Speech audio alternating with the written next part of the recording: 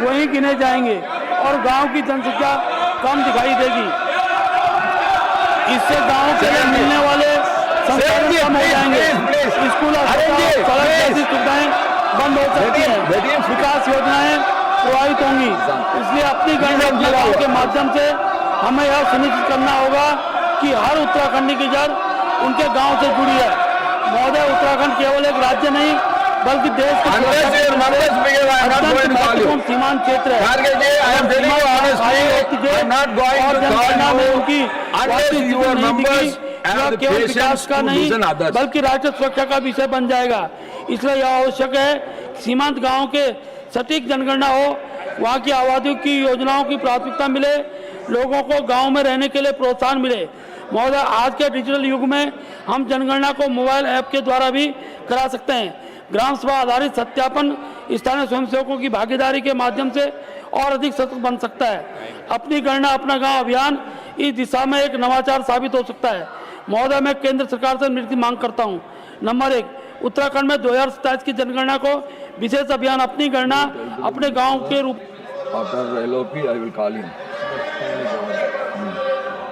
Okay. Now, leader of the opposition. Let him complete. I am coming back to you. Why you are shouting? Sir, हमने जो notice दी उस notice में क्या है?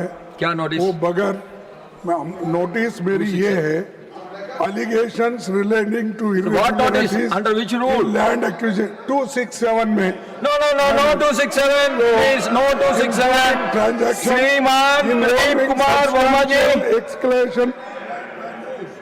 No 267, please. This has been already said so many times. The ruling has been given.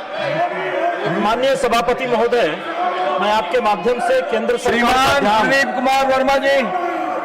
माननीय सभापति महोदय, मैं आपके माध्यम से केंद्र सरकार का ध्यान झारखंड की राजधानी रांची स्थित केंद्रीय मनोचिकित्सा संस्थान CIP रांची का संस्थान आकर्षित करना चाहता हूं। महोदय, वर्ष 1918 में स्थापित CIP रांची देश के सबसे पुराने और प्रतिष्ठित मानसिक संस्थानों में से एक है। यह संस्थान मानसिक रोगों के उपचार के साथ साथ मनोचिकित्सा, नैदानिक मनोविज्ञान, मनोचिकित्सकीय सामाजिक कार्य, नर्सिंग प्रशिक्षण, पुनर्वास, तंत्रिका विज्ञान क्षेत्र में महत्वपूर्ण सेवाएं प्रदान कर रहा है। 108 वर्ष पुराना यह संस्थान प्रत्येक वर्ष लाखों संख्या में रोगियों का उपचार करता है, जिनमें से अधिकतर आर्थिक रूप से पिछड़े वर्ग से संबंधित होते हैं। महोदय, mental state of the world report 2022 के हिसाब से भी देखा जाए तो भारत में 30% से ज्यादा लोग मेंटली डिस्ट्रेस्ड पॉपुलेशन के रूप में चिन्हित किए गए। महोदय, राष्ट्रीय आपराधिक रिकॉर्ड ब्यूरो के accidental deaths and suicides in India 2024 की रिपोर्ट को देखा जाए तो देश में 2017 में 1,29,000, 2018 में 1,34,000, 2019 में 1,39,000 सुसाइड तक प्रतिवर्ष पहुंच गया है। प्रतिवर्ष इतनी बड़ी संख्या में देश में मेंटली डिस्ट्रेस्ड होकर के लोग सुसाइड कर रहे हैं। ऐसे में CIP रांची जैसे संस्थानों का महत्व बहुत बढ़ जाता है। स्वास्थ्य एवं परिवार कल्याण संबंधी विभागीय संसदीय स्थायी समिति ने भी अपनी 148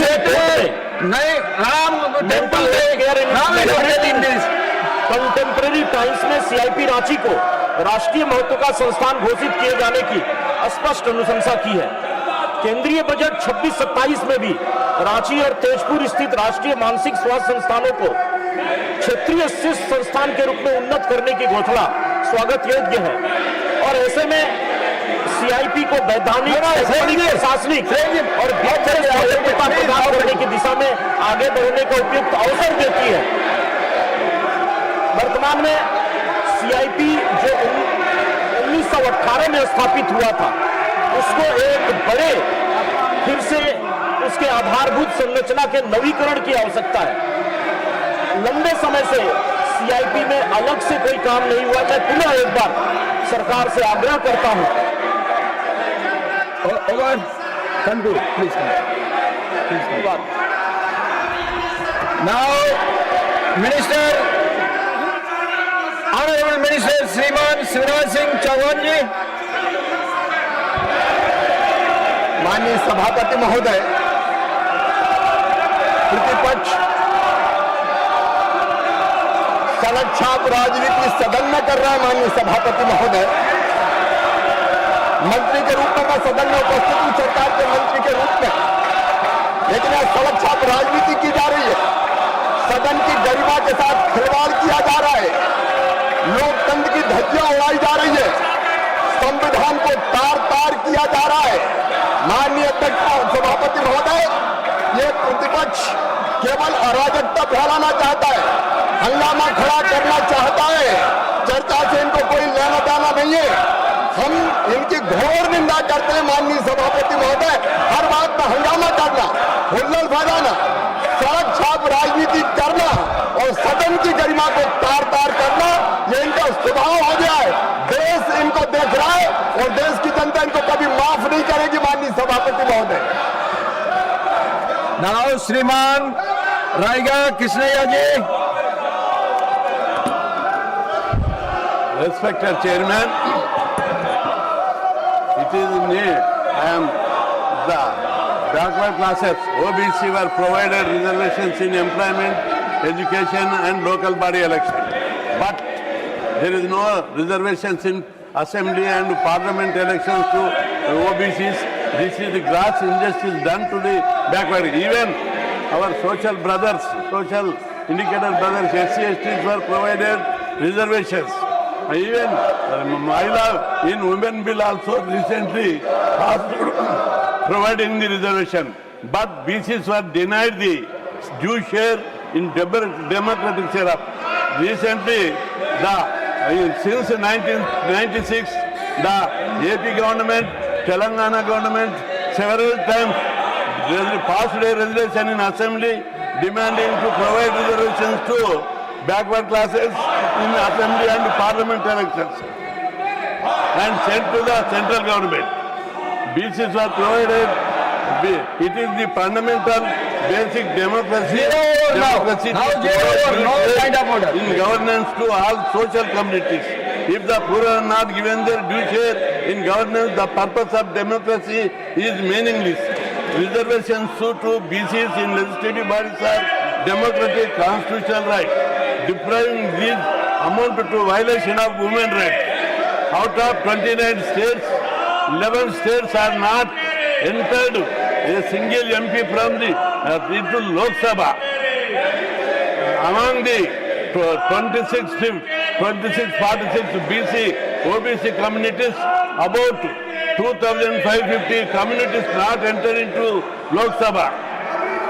Similarly, 56% population BCs does not have at least 14% representation in any parliament election in a democratic nation. 78 the rural caste were working class, treated the nation wealth are not provided with minimum political representation. Social setup in our country is fundamentally built on caste system. Unless the caste get their due share in political power, country cannot become a real democratic republic. Reservations in political provide gateway to power to BCs. Power gives them respect, confidence, acceptance, and remove the social disparity and improve the economic development. The present has designed against the interest of backward classes. To change the present setup, it is essential to give due share to BCs in legislative bodies. Therefore, providing them democratic share, it is earnest prayer to provide 50% reservation to backward classes.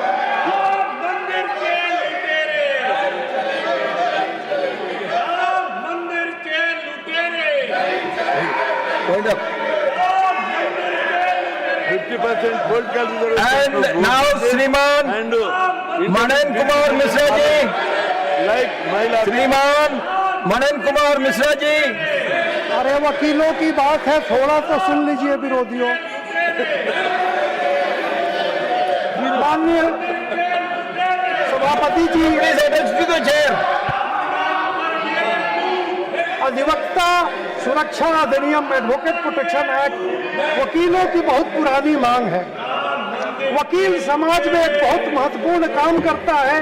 अपनी जान जोखिम में रख के, परिवार का जान जोखिम में रख के लोगों के अधिकारों की सुरक्षा, लोगों के हितों की सुरक्षा करना और दुर्दांत अपराधियों से उनके विरुद्ध अपीयर होना कोर्ट में, और इसके लिए आप समझिए कि कितनी धमकियां मिलती हैं। हजारों हजार अधिवक्ताओं की हर साल हत्याएं हो रही हैं, उन पर आक्रमण किए जाते हैं, उनको घायल किया जाता है। महाशय,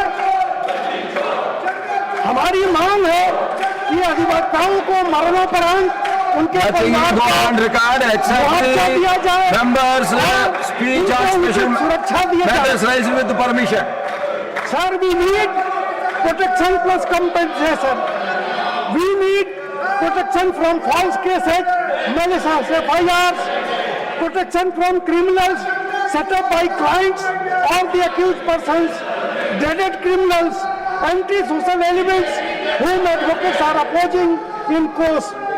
Now, no FIR, no complaint against any advocate without a preliminary inquiry by the session judge about the prima facie genuineness of that FIR or complaint, or without sanction of the State Bar Council. Heavy compensation for murder or assault on advocates. Trial of culprits against advocates by a special fast-track courts. Adequate police protection to the advocates or their families where there are threats to their lives or properties. Insurance to advocates and their families in cases they are killed or assaulted in course of their professional duty. Let the member speak. Financial support to the families of those advocates who are killed because of their professional duty. Sir, advocates of the country are aware of the fact that this government is very keen to strengthen the legal fraternity, and the advocates of the country are always with Modi ji. You have made a place. As a member of parliament, I also want to convey that at the request of Honorable Home Minister Shri Amit Shah ji, the matter has been referred to Law Commission of India for drafting the bill. I met the chairman of Law Commission of India. Therefore, the only request to the government is to bring the advocates protection. Let him. Unless we want 2 minutes more. Whatever it is. What is his name?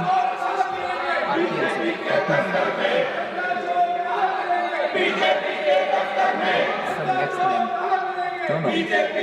Let him continue. Is over.